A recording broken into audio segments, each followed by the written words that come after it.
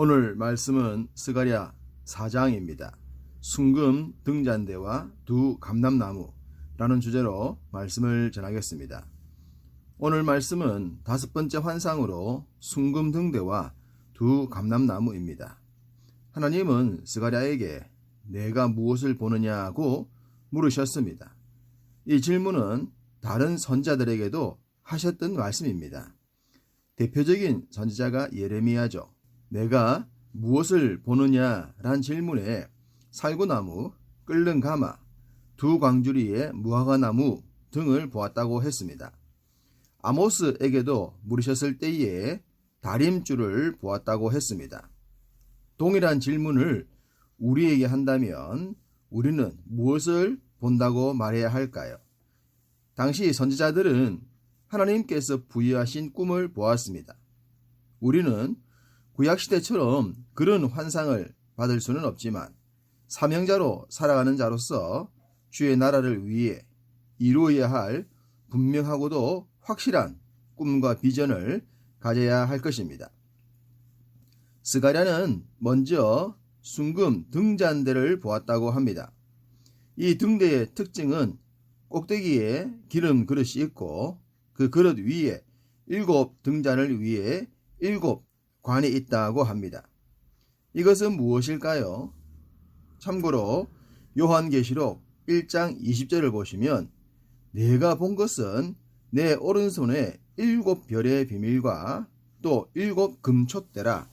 7 별은 7 교회의 사자요 7 촛대는 7 교회니라. 7 촛대는 7 교회라는 말씀을 그대로 적용하면 좋겠습니다.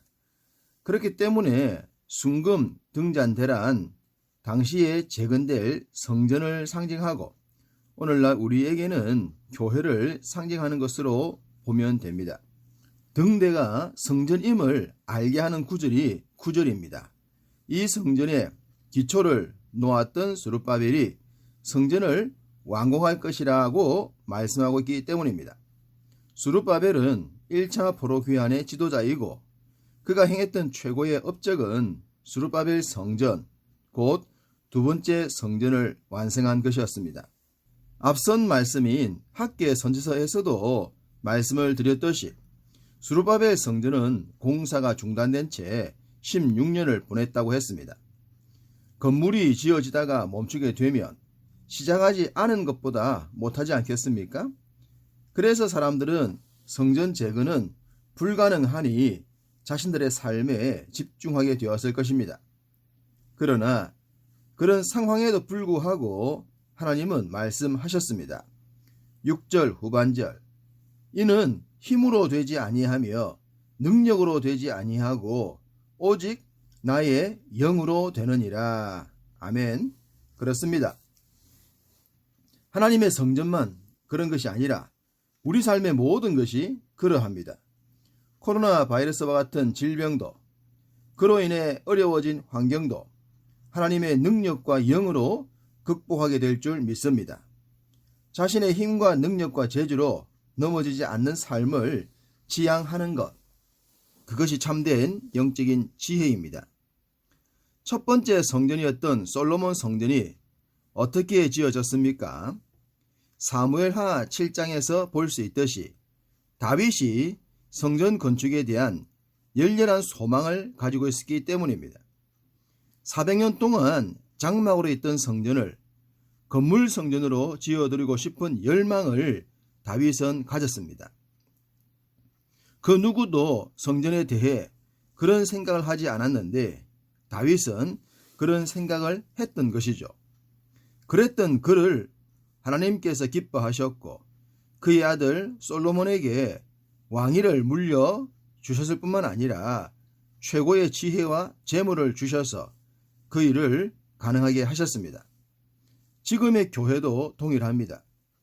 다윗과 같은 열망, 스룹바벨과 같은 열정을 가진 자들을 통해서 세워져 갈 것입니다.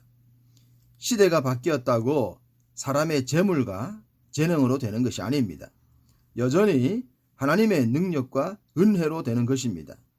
믿음이 능력이요 믿음이 모든 가능성의 원천임을 믿는 자들에 의해 지금도 하나님의 기이한 역사는 재현될 줄 믿습니다. 선지자가 순금 등잔대와 함께 본 것이 두 감람나무였습니다. 그래서 선지자가 물었습니다. 4절, 11절, 12절에 두 감람나무가 무엇입니까? 두 감람나무가 무슨 뜻입니까? 감람나무의 두 가지는 무슨 뜻입니까? 라고 말입니다. 그러자 천사는 직접적으로 말을 하지 않고 14절에 기름 부음 받은 자 둘인데 온 세상의 주 앞에 서 있는 자라고 하셨습니다. 그렇다면 눈치학상으로 볼 때 누구이겠습니까? 이스라엘 백성들을 이끌고 예루살렘으로 돌아온 스룹바벨과 당시 제사장의 직무를 감당했던 여호수아이지 않겠습니까?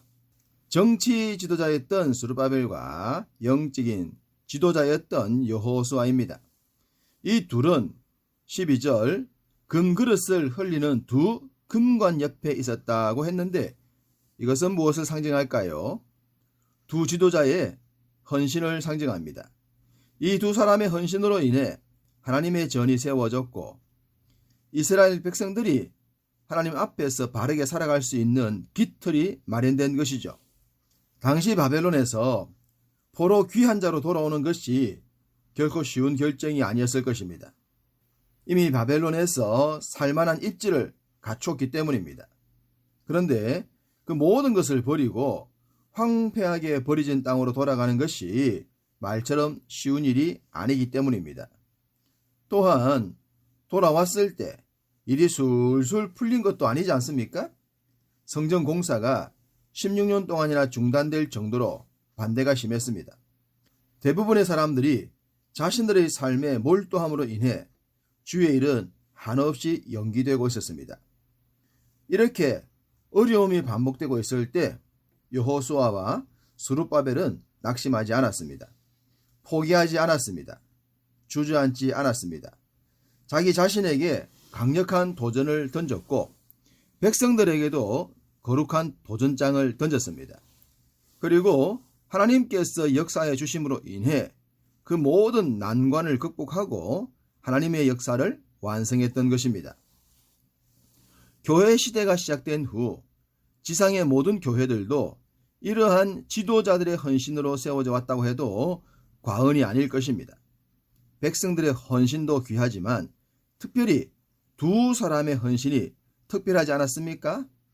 그 둘이란 목사와 장로라고 할 수 있겠습니다. 혹시 여러분이 목사와 장로가 아니라고 섭섭해하지 마십시오. 여러분들의 헌신도 특별하지만 목사와 장로님들이 교회의 모든 일에 앞장서서 염려하고 수고하는 것은 진짜 특별하기 때문입니다.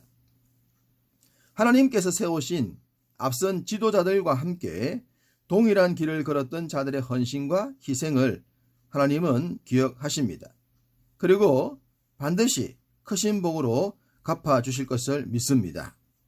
당시 여호수아와 스룹바벨 그리고 백성들에게 주셨던 하나님의 복을 보십시다. 7절 큰 산아 내가 무엇이냐 내가 스룹바벨 앞에서 평지가 되리라. 그가 머릿돌을 내놓을 때에 무리가 외치기를 은총 은총이 그에게 있을지어다 하리라. 할렐루야. 목사 장로뿐만 아니라 어떤 직분이라도 충성스럽게 하나님을 섬긴 자들은 이런 은총의 주인공이 될 줄 믿습니다. 큰 산이 변하여 평지가 되듯 하나님의 놀랍고 기이한 역사들이 여러분의 앞날에 쫙 펼쳐질 줄 믿습니다. 남들이 알아주지 않고 이해해주지 않아도 묵묵히 주님이 허락하신 길을 걷는 자들에게 이와 같이 놀라운 일이 생길 것입니다. 이 시대에 간증의 주인공이요 체험의 주인공이 될 줄 믿습니다. 오늘날 교회의 위상이 흔들리고 믿는 자들의 신뢰도가 떨어지고 있는 상황이지만 자신에게 부여된 사명을 굳게 붙들고 신실한 성도의 삶을 살아가야 할 것입니다. 장차 이 땅에 임할 온전한 하나님의 나라를 소망하면서 말입니다. 오늘도 여러분이 받은 은혜에 감사하면서 더 크게 임하실 은총을 기대하면서 신실한 이 하루의 삶의 주인공이 되시기를 주님의 이름으로 축복합니다.